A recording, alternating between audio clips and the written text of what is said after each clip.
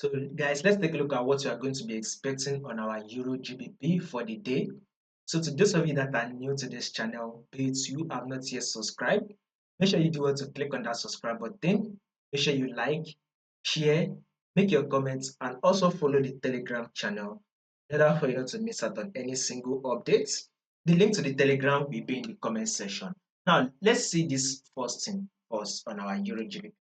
As you can see right here, the trend on our EURGBP is on a downtrend move. It is very clear that we are in a bearish move, right? Now take a look at it on our daily time frame.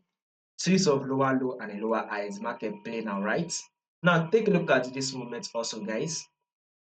We had this low that markets gave, and this is the lower high that markets followed next. Market was able to give us a new lower low, which markets did here, right? And then here comes the lower high. Markets then followed up by giving us a new lower low, and here is our lower high. Market then followed up with a new lower low, and here comes what? The lower high. Now that we've gotten this lower high, our next movement on Euro GBP will be a new lower low. So guys, in the long run, we will be expecting Euro GBP to drop and clear this high low, thereby forming a new lower low for us. So guys, if you are a position trader, right, hoping for the sell right now, the sell is still very much valid. If you're also a swing trader, you can still open for the sell, as the sell is still very much valid. Now when you go to your 4-hour time frame right here, you can see that market is at this level zone right here, multiple rejection zone here.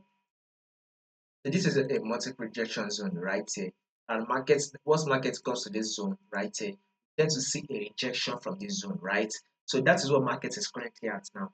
We are currently at this zone right now, and we will be expecting market to actually reject from this zone.